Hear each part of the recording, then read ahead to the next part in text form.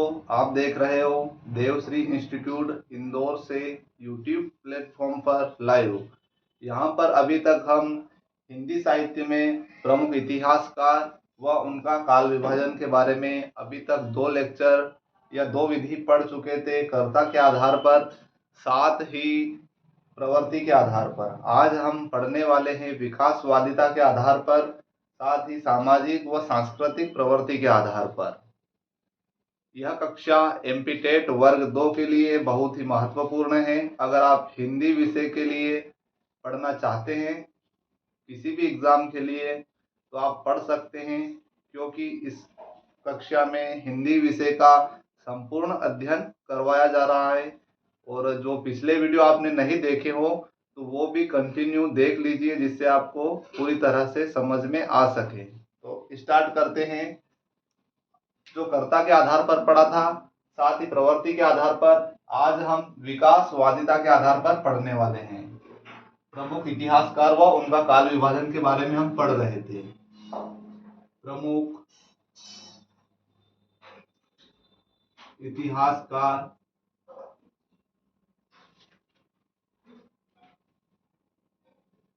प्रमुख इतिहासकार इतिहासकार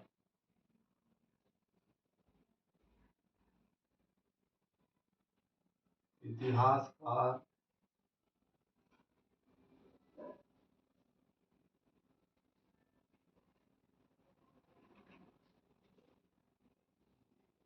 प्रमुख इतिहासकार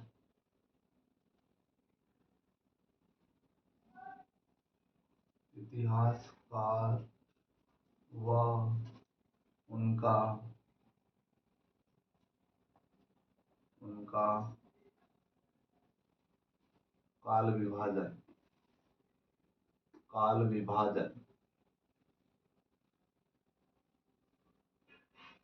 अभी तक जो हम पढ़ चुके थे वह है कर्ता के आधार पर। नंबर 1, कर्ता के आधार पर, कर्ता के आधार पर और नंबर 2, प्रवृत्ति के आधार पर, प्रवृत्ति के आधार पर, प्रवृत्ति के आधार पर।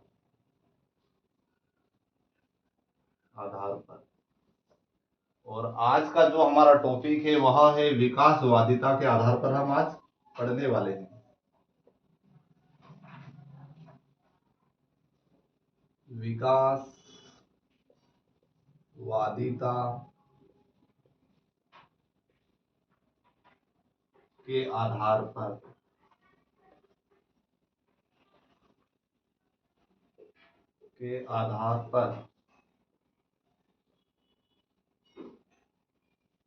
प्रमुख इतिहासकार व उनका काल विभाजन विकासवादिता के आधार पर। इसके अंतर्गत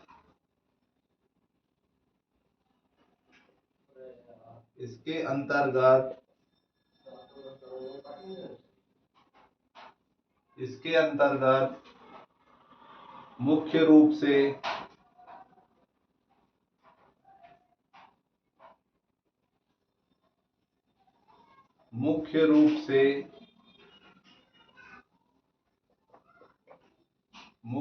से काव्य या लेखन की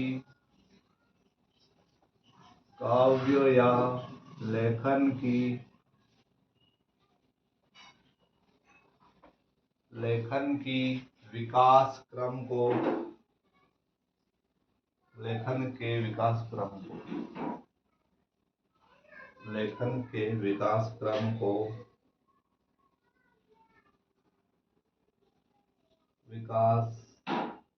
क्रम को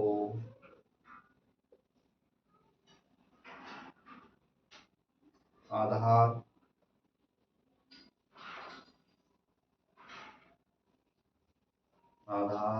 माना जाता है।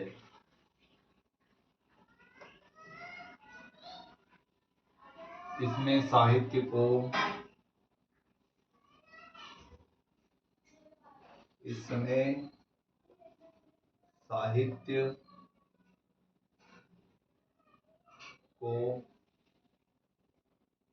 साहित्य को प्रारंभ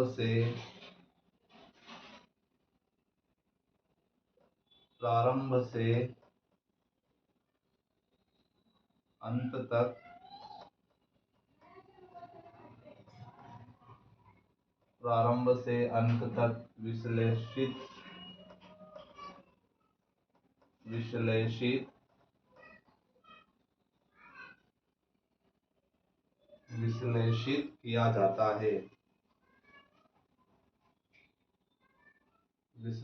किया जाता है।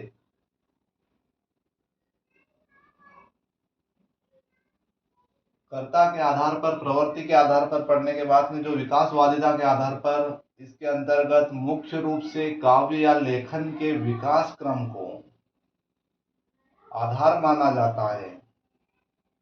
काव्य और जो लेखन की प्रक्रिया है, विकास क्रम की जो प्रक्रिया है, उसको ही इसके अंदर मुख्य आधार माना जाता है। उसी के आधार पर वर्णन किया जाता है, जिसको विकासवादिता के आधार पर शॉर्टकट में हम बोलते हैं।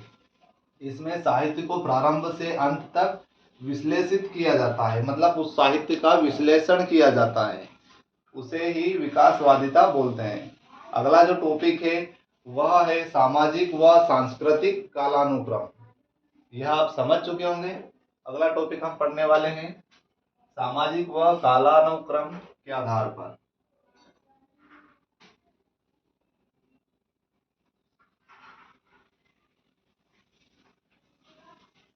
अगला टॉपिक हम पढ़ने वाले हैं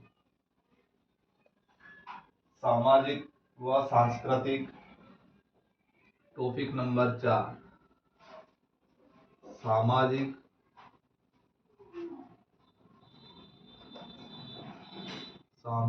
व सांस्कृतिक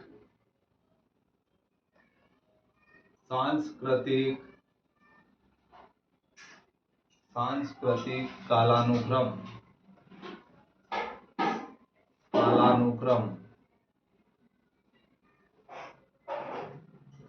इसके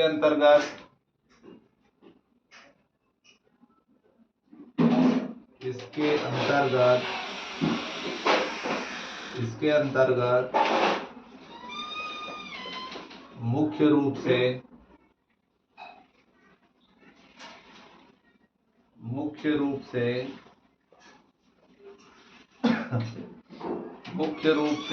समाज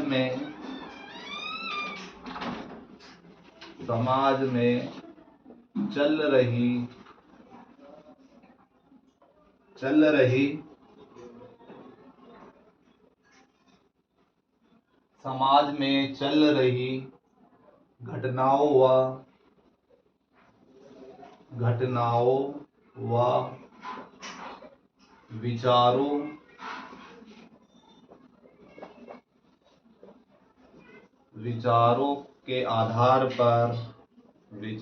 के आधार पर साहित्य लेखन किया जाता है। साहित्य लेखन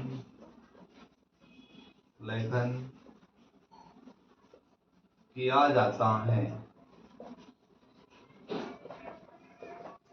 यही सामाजिक व सांस्कृतिक कालानुक्रम है। सामाजिक व सांस्कृतिक हमें नाम से इसका पता चलता है। मुख्य रूप से समाज में चल रही जो घटना है, जो क्रियाकलाप है, जो विचार है, उन्हीं को आधार मानकर साहित्य जो लेखन किया जाता है। समाज में जो क्रियाकलाप जो चलती है, उन्हीं को महत्वपूर्ण बिंदु बनाकर जो साहित्य लेखन किया जाता है, उसे ही सामाजिक व सांस्कृतिक कालानुक्रम कहते हैं। इसके उदाहरण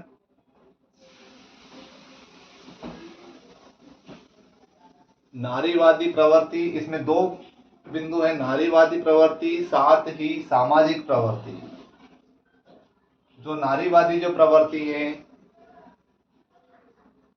इसके अंदर अगला बिंदु ए लगा लेते हैं। बिंदु ए, नारीवादी प्रवृत्ति। नारीवादी प्रवृत्ति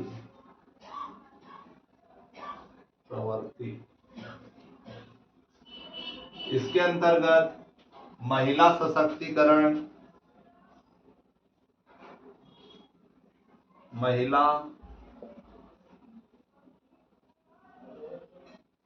सशक्तिकरण, महिला सशक्तिकरण,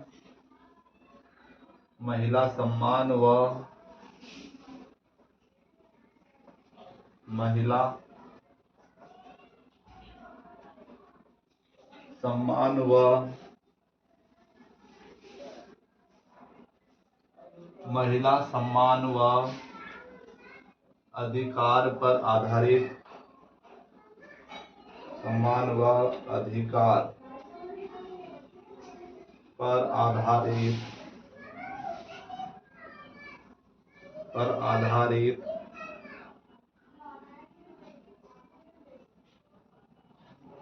आधारित रचनाएं,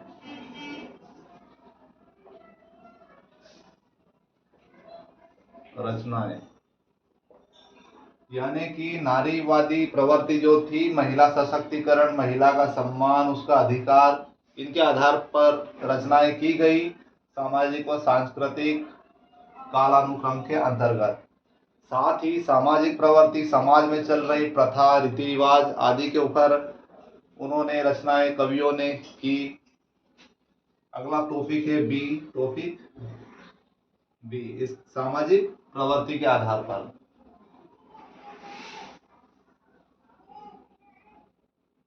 सामाजिक प्रवृत्ति,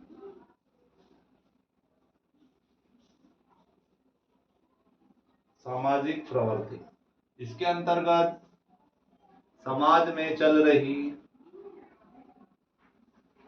समाज में चल रही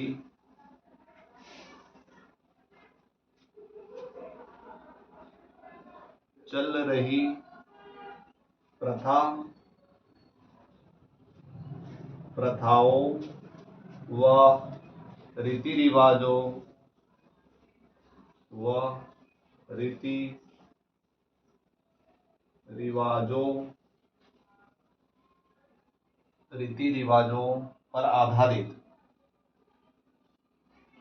पर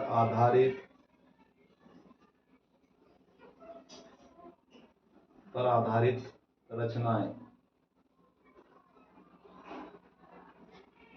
रचनाएं की गई। जो सामाजिक व सांस्कृतिक कालक्रम था, उसके अंतर्गत महिला सशक्तिकरण, उनका सम्मान आदि विषयों के बारे में रचनाएं की गई। साथ ही समाज में चल रही जो रीति रिवाज और जो प्रथा थी, उनके ऊपर रचना की गई। इसी को सामाजिक व सांस्कृतिक कालानुक्रम नाम टॉपिक को दिया गया। और हमने इसके पहले जो दूसरा उदाहरण पढ़ा था, जिसका नाम था विकासवादिता के आधार पर, उसके अंतर्गत जो मेन टॉपिक है, उदाहरण है, उसका उदाहरण नहीं लिखा है, उसका उदाहरण लिख लीजिए। ये आप समझ चुके होंगे। अगला उदाहरण, जो तीसरा पॉइंट हमने पढ़ा था, जिसका नाम है विकासवादिता के आधार पर। इससे पहले अभी हमने पढ़ा है विकासवादिता के आधार पर, टॉपिक नंबर 3, विकासवादिता के आधार पर, विकासवादिता के आधार पर। ये हमने इसका वर्णन तो कर लिया था, पर जो इसके उदाहरण हैं, आदिकाल जैसे, आदिकाल का वर्णन, जैसे उसमें जो विकास हुआ उस तरह उसका नाम आदिकाल रखा। साथ ही मध्यकाल,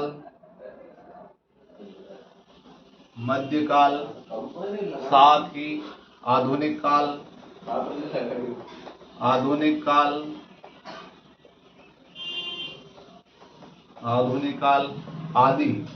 इन सभी का वर्णन इनके अंदर जो क्रियाएं, जो कार्य किया गया, उसी के आधार पर एक जैसे रीतिकाल, इनका जैसे जो भी वर्णन किया गया, इनका जो नाम रखा गया, उस समय जिस तरह का रीति रिवाज, जिस तरह का समाज था, उसी के आधार पर इन कालों का विभाजन किया गया तथा नाम रखा गया। अभी तक हम 4 टॉपिक समझ चुके हैं। जो अगला टॉपिक हम समझने जा रहे हैं, अब हम हिंदी साहित्य के प्रमुख इतिहासकार व उनके ग्रंथ के बारे में समझने वाले हैं।